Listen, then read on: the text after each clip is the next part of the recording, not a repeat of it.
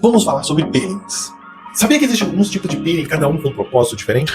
Fique comigo até o final, você vai entender tudo. Retirar as células mortas da pele, fazendo que a célula morta caia e nasça uma nova. Isso faz com que cresça uma nova pele no seu rosto. Mas qual é o propósito do peeling?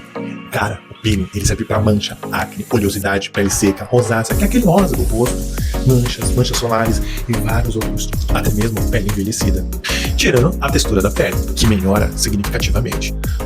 Mas o que é peeling? Peeling é um processo estético que promove a renovação da célula. Existem 3 tipos de peeling: o químico, o físico e o a laser.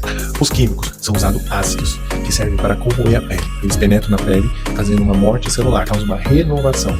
Esses são os peeling químicos, como por exemplo os retinóicos e os lipólicos. Os físicos são aqueles abrasivos, como os peelings de diamante, que causam esfoliação. Peeling a laser, que promove uma regeneração da célula através da luz pulsada. E ele é perfeito para quem procura resultados mais profundos. Mas, independente do peeling que você procura, ele vai te ajudar a remover cicatrizes, melhorar o brilho da pele, suavizar polos dilatados e o melhor de todos, produzir colágeno. Gostou do vídeo? Me segue, dá um joinha e deixa um comentário, assim eu posso fazer um próximo vídeo tirando suas dúvidas. Até mais!